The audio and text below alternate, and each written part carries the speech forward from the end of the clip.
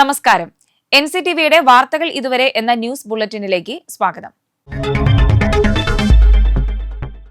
ഇന്നത്തെ പ്രധാന വാർത്താ സംഭവങ്ങൾ നോക്കാം. അതിർത്തി തർക്കത്തെ തുടർന്ന് അയൽക്കാരനെ കൈക്കോട്ടുകൊണ്ട് തലയിൽ വെട്ടി പരിക്കേൽപ്പിച്ച കേസിലെ പ്രതിക്ക് 5 വർഷം കഠിന തടവും പിഴയും ശിക്ഷ വിധിച്ച് കോടതി. പുതുക്കാട് പാഴായി സ്വദേശത്ത് ചിറയത്ത് ചാക്കുണ്ണിയെയാണ് ഇരിങ്ങാലക്കുട അഡീഷണൽ അസിസ്റ്റന്റ് സെഷൻസ് കോടതി ശിക്ഷിച്ചത്.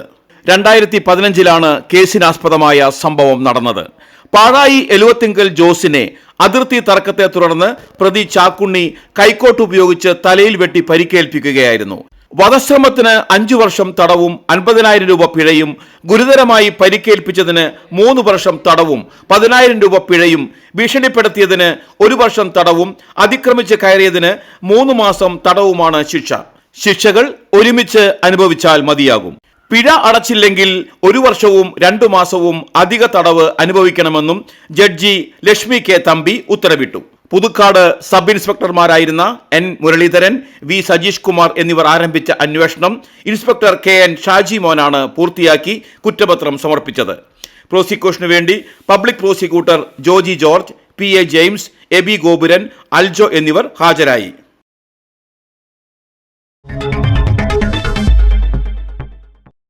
മോഷണക്കേസിൽ യുവതി അറസ്റ്റിൽ.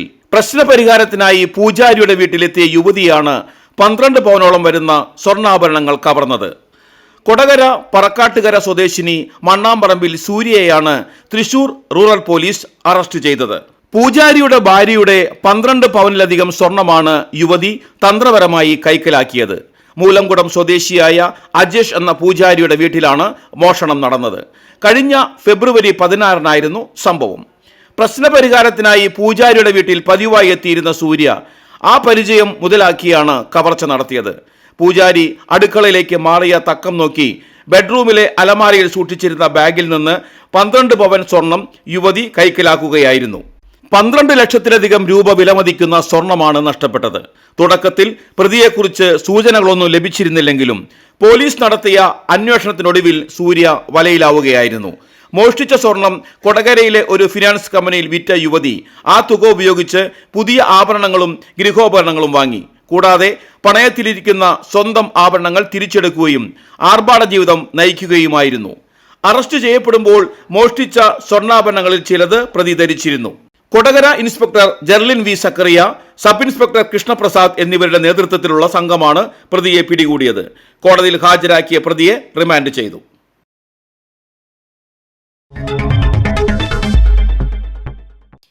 പഞ്ചായത്ത് ഉദ്യോഗസ്ഥർ ഫീൽഡ് തല അന്വേഷണത്തിന്റെ ഭാഗമായി ഉപഭോക്താക്കളോട് വാഹനം ഏർപ്പാടാക്കാൻ ആവശ്യപ്പെടുന്നത് കുറ്റകരമാണെന്ന് മനുഷ്യാവകാശ കമ്മീഷൻ. എല്ലാ തദ്ദേശ സ്വയംഭരണ സ്ഥാപനങ്ങളിലെയും ഉദ്യോഗസ്ഥർക്ക് ഇത് സംബന്ധിച്ച് നിർദ്ദേശം നൽകണമെന്നും കമ്മീഷൻ.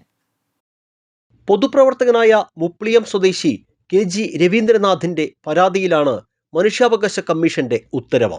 പഞ്ചായത്തിലെ പട്ടിക വിഭാഗത്തിൽപ്പെട്ട ഒരു കുടുംബത്തിന് APL റേഷൻ കാർഡാണ് കൈവശമുണ്ടായിരുന്നത്. മാനസിക രോഗിയായ മകനോടൊപ്പം വാസയോഗ്യമല്ലാത്ത വീട്ടിൽ കഴിഞ്ഞിരുന്ന വിധവയായ വീട്ടമ്മയുടെ നിസ്സഹായ അവസ്ഥയിൽ രവീന്ദ്രനാഥ് ഇടപെടുകയായിരുന്നു. മെഡിക്കൽ കോളേജിലെ ചികിത്സാ ആവശ്യങ്ങൾക്കായി ഇവർക്ക് റേഷൻ കാർഡ് BPL വിഭാഗത്തിലേക്ക് മാറ്റേണ്ടത് ആവശ്യമായിരുന്നു.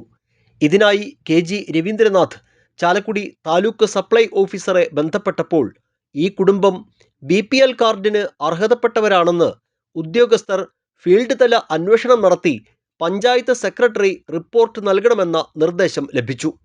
ഇതിനായി പഞ്ചായത്തിലെത്തിയപ്പോൾ ഫീൽഡ് തല അന്വേഷണത്തിനായി വാഹനം ഏർപ്പെടുത്താൻ ആവശ്യപ്പെട്ടതാണ് പരാതിയുമായി മുന്നോട്ടു പോകാൻ കാരണമെന്ന് രവീന്ദ്രനാഥ് പറഞ്ഞു.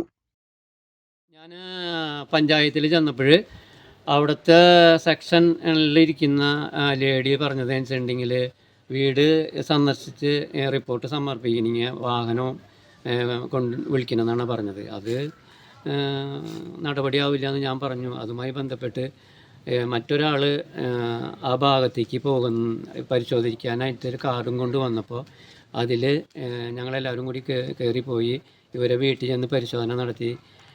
അപ്പോൾ അവർ പറയും ചെയ്തു, ഇത് വല്ലാത്തൊരവസ്ഥയാണ്, നമ്മൾ വന്നില്ലെങ്കിൽ ഭയങ്കര ബുദ്ധിമുട്ടായേനെ എന്ന് പറഞ്ഞു. അപ്പോൾ ഞാൻ പറഞ്ഞു എന്നതെന്ന് വെച്ചിട്ടുണ്ടെങ്കിൽ ഈ പൊതുജനങ്ങളെ കൊണ്ട് വാഹനം വിളിച്ച് വീട് സന്ദർശിച്ച് റിപ്പോർട്ട് സമർപ്പിക്കുക എന്ന് പറഞ്ഞത് അത് നടപടിയാവില്ല. അത് ഉദ്യോഗസ്ഥന്മാരുടെ ചുമതലയാണ്. അപ്പോൾ ഇതുമായി ബന്ധപ്പെട്ടാണ് ഞാൻ മനുഷ്യാവകാശ കമ്മീഷന് പരാതി കൊടുത്തത്. മനുഷ്യാവകാശ കമ്മീഷൻ ഇതിൽ ഇടപെട്ട് ഇത് ഒരിക്കലും അംഗീകരിക്കാൻ പറ്റുന്നില്ല എന്നും വാഹനം പൊതുജനങ്ങളെ കൊണ്ട് വിളിപ്പിക്കാൻ പാടില്ല എന്നുള്ള ഒരു സർക്കുലർ കമ്മീഷൻ പുറപ്പെടുവിച്ചിട്ടുണ്ട്. ഇതാണ് ആ സർക്കുലർ.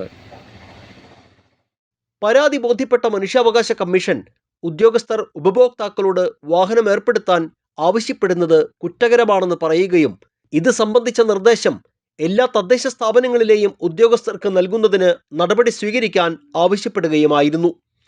ഇതേ തുടർന്ന് തദ്ദേശ വകുപ്പ് പ്രിൻസിപ്പൽ ഡയറക്ടറേറ്റിൽ നിന്ന് സംസ്ഥാനത്തെ എല്ലാ പഞ്ചായത്തുകളിലേക്കും നിർദ്ദേശം നൽകിക്കഴിഞ്ഞു. ഔദ്യോഗിക വാഹനം സ്വകാര്യ ആവശ്യങ്ങൾക്ക് ഉപയോഗിക്കുന്നത് സർക്കാർ ഉത്തരവുകളുടെ ലംഘനമാണ്. അതുപോലെ തന്നെ കുറ്റകരമാണ് ഔദ്യോഗിക ആവശ്യങ്ങൾക്കായി ഉപഭോക്താക്കളോട് വാഹനം ഏർപ്പെടുത്താൻ ആവശ്യപ്പെടുന്നതും.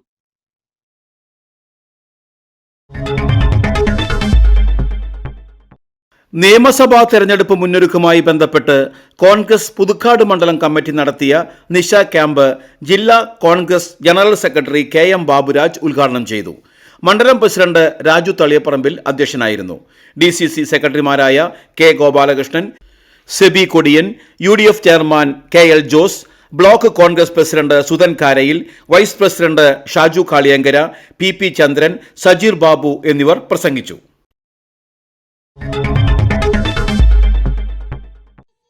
ഫിയാറ്റ് മിഷൻ ഒരുക്കുന്ന 7ാമത് ഗ്രേറ്റ് ഗ്യാതറിംഗ് ഓഫ് മിഷൻ 2026 ഒരുക്കമായി. തലോർ ജെറുസലേം ധ്യാന കേന്ദ്രത്തിൽ നടത്തി. മെൽബൺ രൂപത മുൻ ബിഷപ്പും ഫിയാറ്റ് മിഷൻ രക്ഷാധികാരികളിൽ ഒരാളുമായ ബിഷപ്പ് മാർ ബോസ്കോ പുത്തൂരാണ് പന്തൽ കാൽനാട്ട് കർമ്മം നിർവഹിച്ചത്.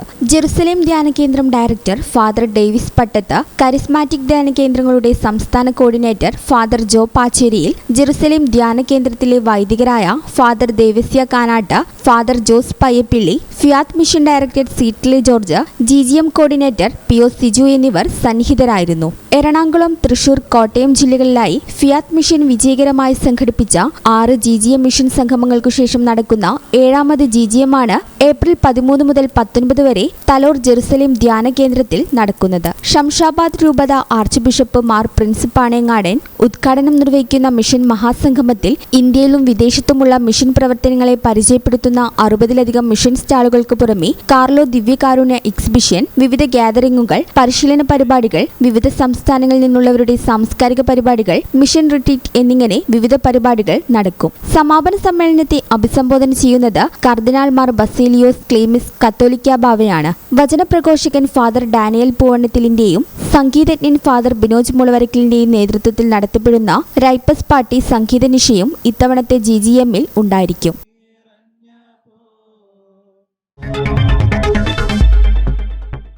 കാലാവസ്ഥ.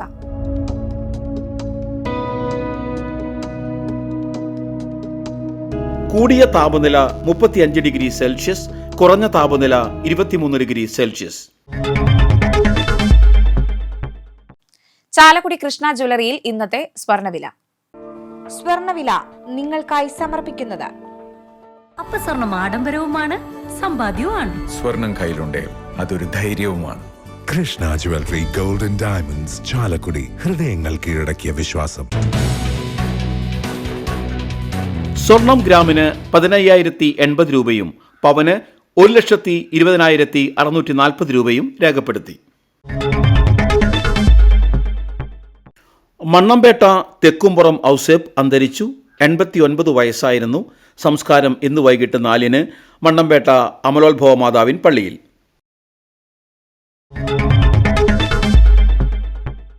ഇതോടെ വാർത്തകൾ ഇതുവരെ എന്ന ന്യൂസ് ബുള്ളറ്റിൻ സമാപിക്കുന്നു. നന്ദി, നമസ്കാരം.